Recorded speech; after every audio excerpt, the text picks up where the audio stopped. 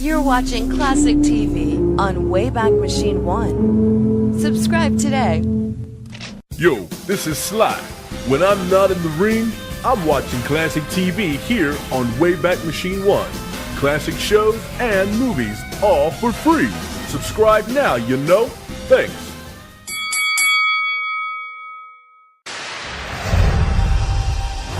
Classic TV, Wayback Machine 1.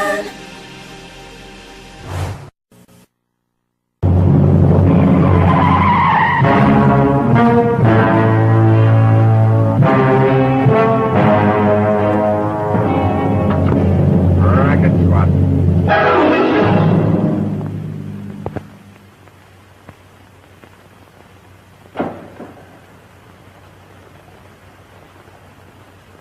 What you're about to see is a real-life story, taken from the files of the police racket and bunco squads, business protective associations, and similar sources all over the country. It is intended to expose the confidence game, the carefully worked-out frauds by which confidence men take more money each year from the American public than all the bank robbers and thugs with their violence. Captain Braddock, ready. I call this case the long shot. Unlike most rackets, it had a humorous side, though it wasn't at all funny to the people involved. Our story starts with a little old lady. Burning toast. I haven't done that in years. Burnt toast. Burnt toast.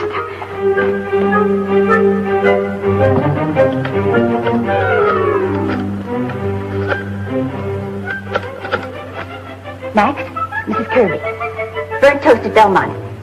What? A 20-to-1 loan shot? Oh, Max, that's wonderful. I'll lay 2 on the nose. Oh, you can't?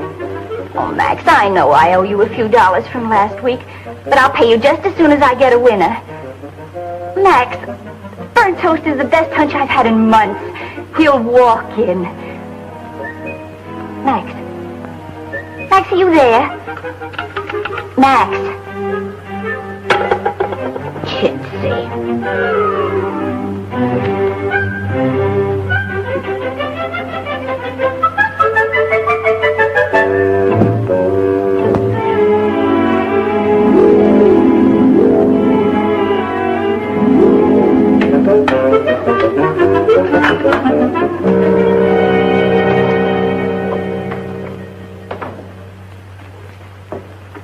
Come home, Mom.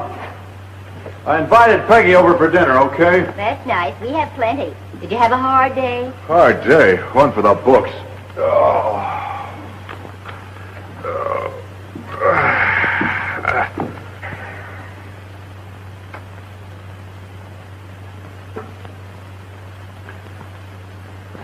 Mom, come here. I can't right now. I'm fixing dinner. Now, Mom, come on.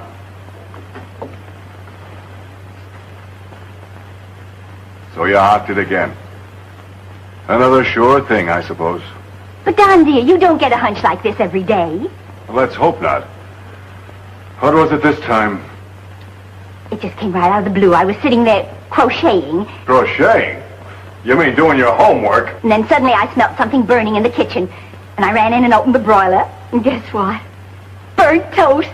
Oh, don't tell me that. Uh-huh. A long shot, too. Oh, I just knew he'd win.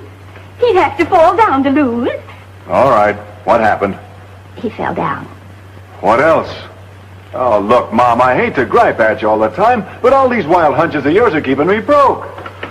I'll make it up to you, Don. You wait and see. One of these days I'll hit the jackpot.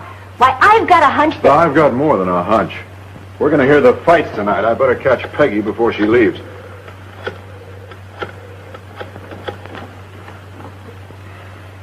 Hello, honey? No hurry about dinner. Only if you want to hear fights, you better bring your own radio. Yep. Mom did it again. Penny for your thoughts. Oh, I was just thinking how much more fun it'd be to do dishes if we were married, settled in our own home. Yeah. 2 cents for yours. I was just wondering how a bride would look, all dressed in black. Black?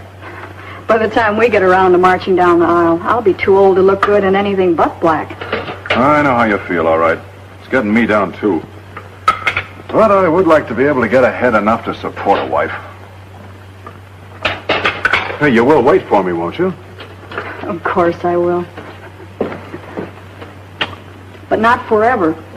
You're going to have to be a millionaire to take care of a wife and a mother and half the bookmakers in this fair city. You better have a little chat with Mom. That's all I've done for the last 10 years. I hate to bawl her out all the time. It's kind of like a disease with Mom. She actually believes these crazy hunches. Say, it would be kind of funny, though. Someday she really did pick a big winner. What do you suppose she'd do?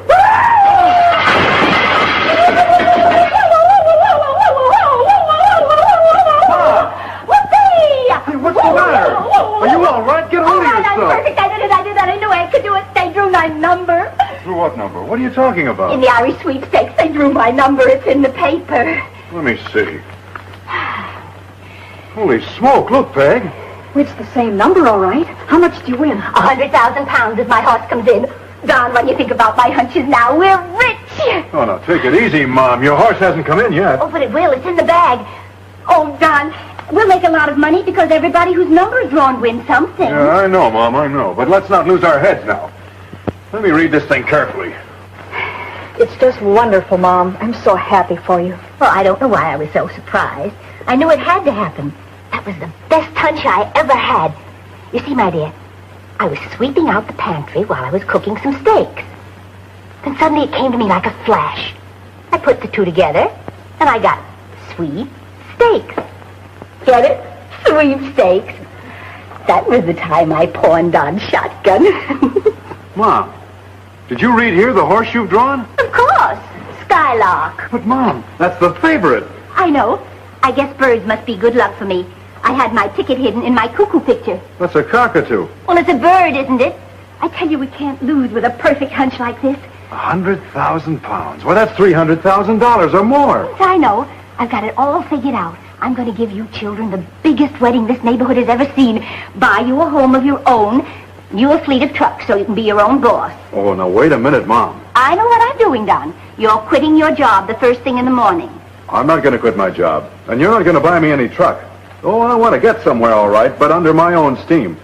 Not riding on any horse in the Irish sweepstakes. Now, you listen to me. You're quitting your job in the morning.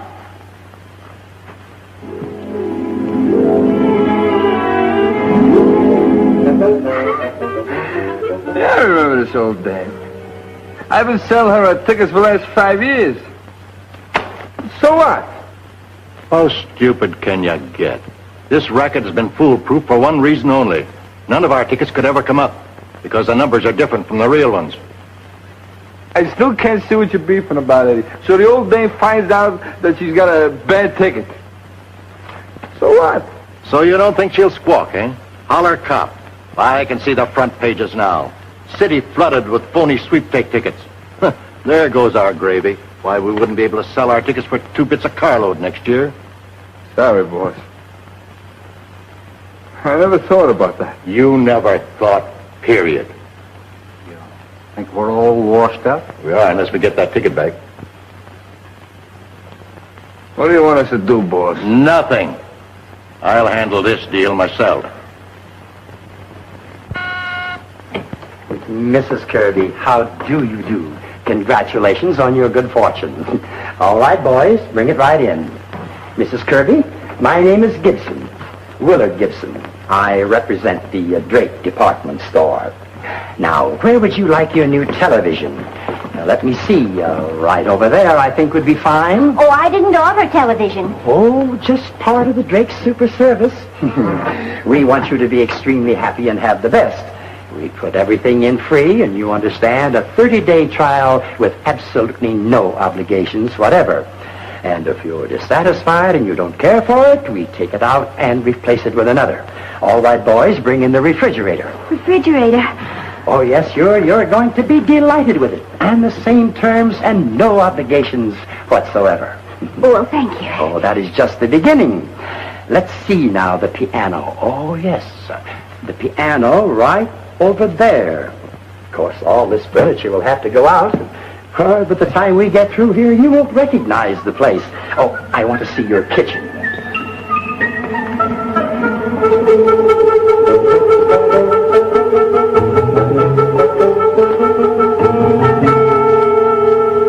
Mom! Come in here. Hello, children. Well, how do you like it? It's beautiful. But, Mom, ordering all this stuff. Have you gone nuts? Oh, I didn't order it. Drake sent it over for us to try. It didn't cost a cent. But if you don't like it, we can send it back. Oh, I like it fine. Only what happens if your horse doesn't come in? That could happen, you know. In fact, it usually does. Don't you worry about that money. It's just as good as in the bank. Besides, that nice man from Drake said there was absolutely no obligation. I've heard that one before. All right, it's their funeral. Now let's talk about ours. Funeral? Well, it could be. I just lost my job. Oh, no, son, you didn't lose your job. Well, that's what the man said. I'm through. You quit. I called them up down there and told them that you were through, going in business for yourself. Oh, Mom, not that. Just that. And did I tell them all? And then I called the truck agency and ordered your truck. Do you think that one truck will be enough? The way I feel right now, a kiddie car and a pair of roller skates would be enough. All right, Peg. Call off the engagement. Anybody who would marry into this family would have to be crazy. Oh, that must be the man about my driving lessons. Driving lessons? Oh, I forgot to tell you. Mammoth Motors is sending over several models in the morning. Oh, absolutely no obligation, of course. Do you think one of those low foreign jobs would be too show-offy for a woman of my age? Mrs. Kirby? Oh, come in, won't you? Thank you. This is my son Donald and his fiancée, Miss Dawson. How do you do? Would you like to begin after dinner, or shall we wait till morning? Begin what? Oh, my driving lessons, of course. You are from the driving school, aren't you? Oh, I'm afraid not. My name is Mercer, Mrs. Kirby. Oh, another reporter, I'll bet. No, not guilty. I'm a gambler. Mr. Mercer, I'm delighted. A real gambler. Well, I don't live off of card tables and dice. My gambling is in more legitimate fields, such as buying up worthless desert land and taking a chance there's oil in it. That's why I'm here. I'm sorry, mister. We don't have any desert land to sell. But you do have a sweepstake ticket. About the same thing, isn't it? Since the odds are so high against ever cashing in. Oh, but not in my case. You see, I drew the favorite. Well, take it from me, Mrs. Kirby. Betting on favorites is the surest way that I know of going broke. What are you getting at, mister? Well, like I said, I'm a gambler.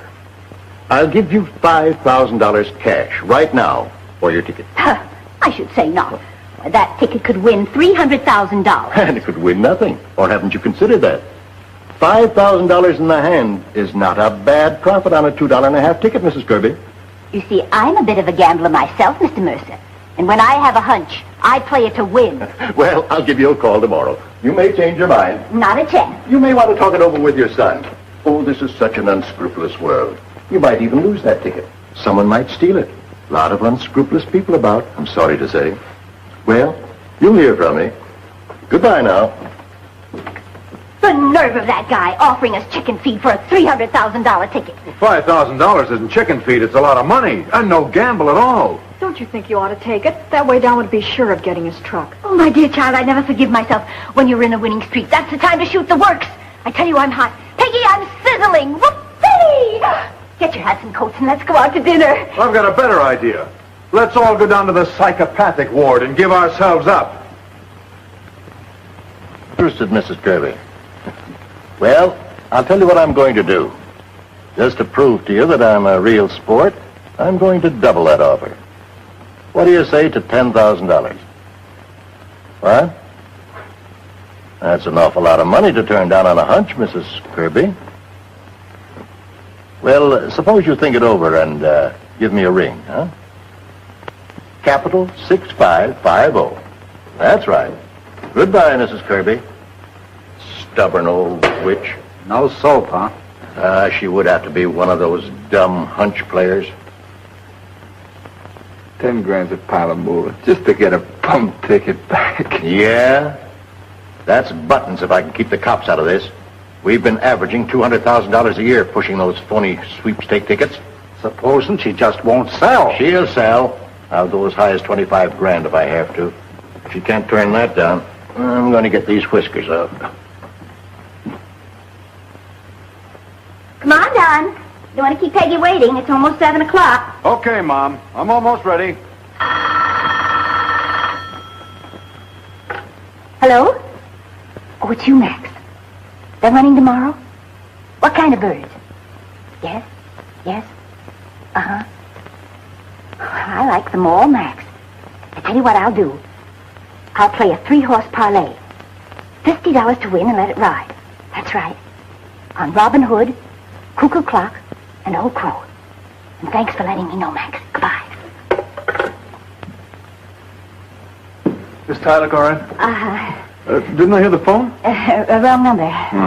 Say, what do you say we try some different chow tonight? Italian food. Chop suey. Maybe some seafood, huh? What do you say? Oh, well, I like them all. Why don't you let Peggy decide? Well, come on, let's go. I'm hungry enough to eat a horse. Oh, surely we can afford a better place than that.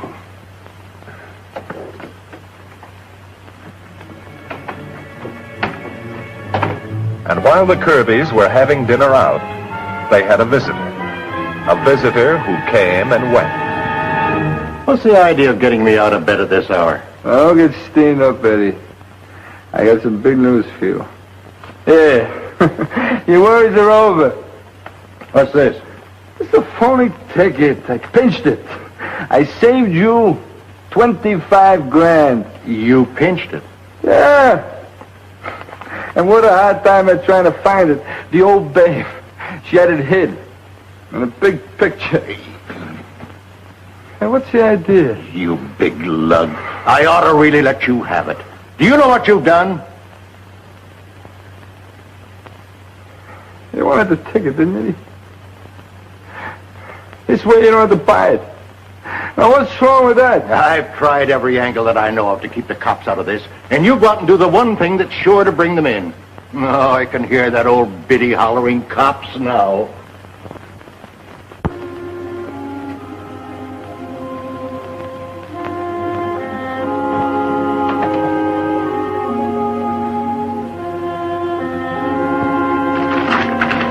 It's gone. My sweepstake ticket.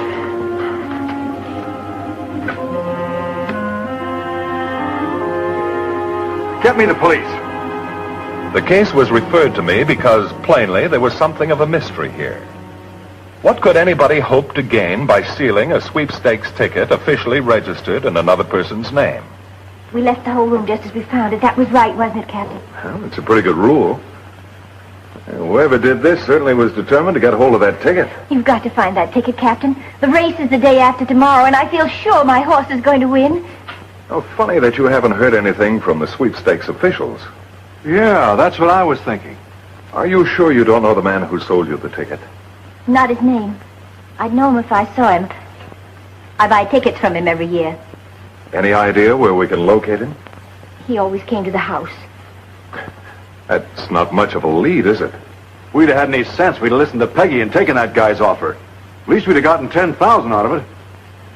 Wait a minute. Somebody wanted to buy that ticket from you? Yes, he offered us $5,000. Then he phoned the next day and raised it to 10. Naturally, I turned him down. Who was that man? Did you know him? We never saw him before. They said he was a gambler. What was his name? Mercer, I think. Mercer. I'd like to have a talk with him. Do you know where he lives? No, he never said. But didn't he leave his phone number yesterday when he called? Yes, he did. Oh, I put it around here someplace. Now, what did I do with that? Oh, somewhere around here. I wonder if it could be over... Why, yes, here it is. Do you mind if I use your telephone?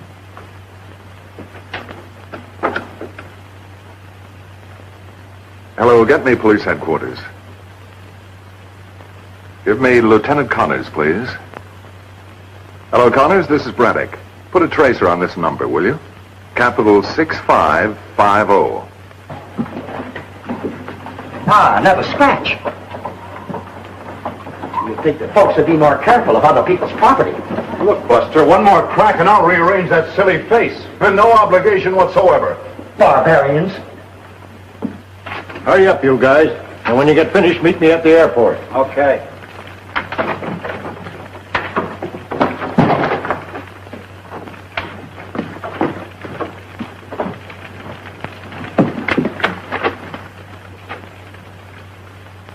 wonder why anybody would build a fire with Irish sweepstakes tickets. And on a warm day like this, too. Not the talkative type, huh? Well, I'm sure these tickets will do enough talking to send you away for quite a spell. You got nothing on us. There's no law against burning sweepstake tickets. There is against selling them. Especially when they're phony, like the one you sold Mrs. Kirby. You know, Copper, I read in the paper that somebody stole that ticket. So how are you going to prove that it was phony if you can't produce it? You know, that's a pretty good question. But I've got an even better answer. I've already done it. Who are you trying to bluff? You can book us, but you can't make it stick if you don't have that ticket. Oh, I'll make it stick, all right. You see, I've got a cablegram at headquarters that definitely proves Mrs. Kirby's ticket was counterfeit. What do you mean, a cablegram? I know you people think all cops are stupid. As a matter of fact, it didn't call for too much brilliance on my part to cable Dublin and find out the truth. It might interest you to know that the sweepstakes people never heard of Mrs. Kirby, and the genuine ticket with her number on it was sold to a school teacher in New South Wales. All right, take them away. I've still got a little chore to do. Hello, Mrs. Kirby. Well, this is Captain Braddock. I'm afraid I have some bad news for you.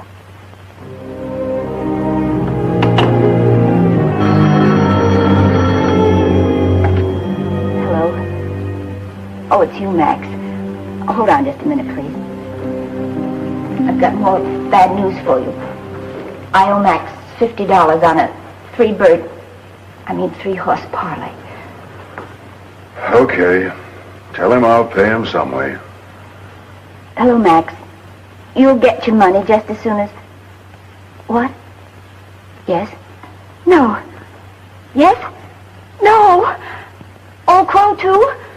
All three came in. I win what? $2,208 and... Hold it, Nan. I win!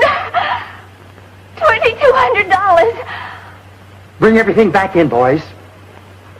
With no obligations whatsoever.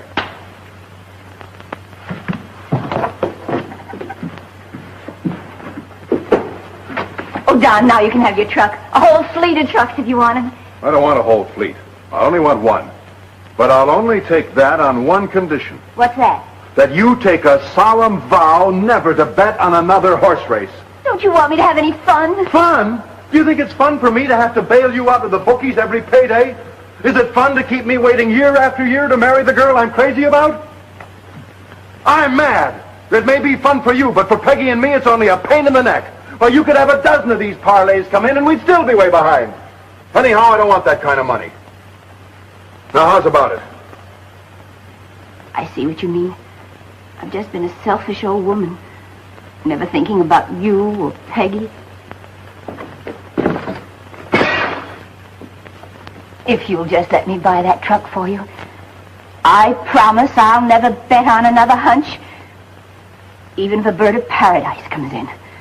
That's my mom talking. Mine, too. One I've always loved. Hey, what's wrong with this picture? You're supposed to be hugging me. Though unlike most cases involving gambling, this one had a reasonably happy ending, at least for the Kirby family. Don and Peggy are married now, and he's doing fine in his new trucking business. Max, the bookmaker, isn't doing so well. He's doing time, along with Mercer and his mob. Let me remind you that while horse betting is lawful in certain states under certain conditions, lotteries of any kind are strictly illegal in this country. Now, this counterfeit ticket racket is especially difficult to combat because both the buyer and the seller are breaking the law. Obviously, the buyers of such tickets are rather hesitant about reporting such matters to the police.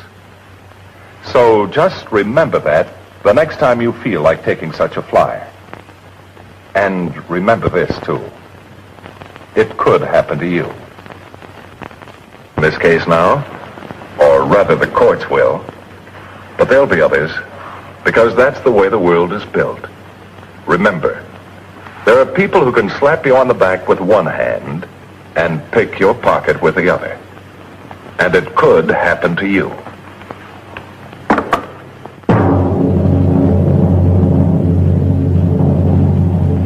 See you next week, same time, same station.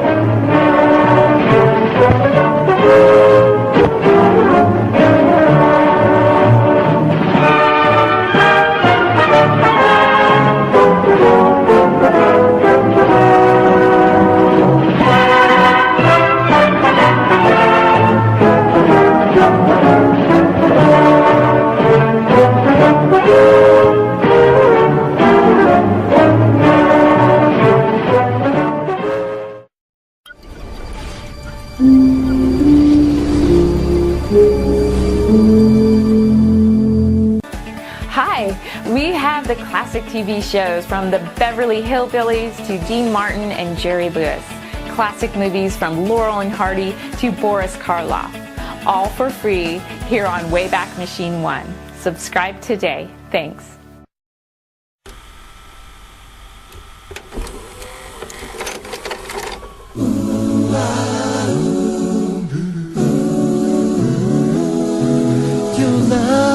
The classic TV shows on Wayback Machine 1. On Wayback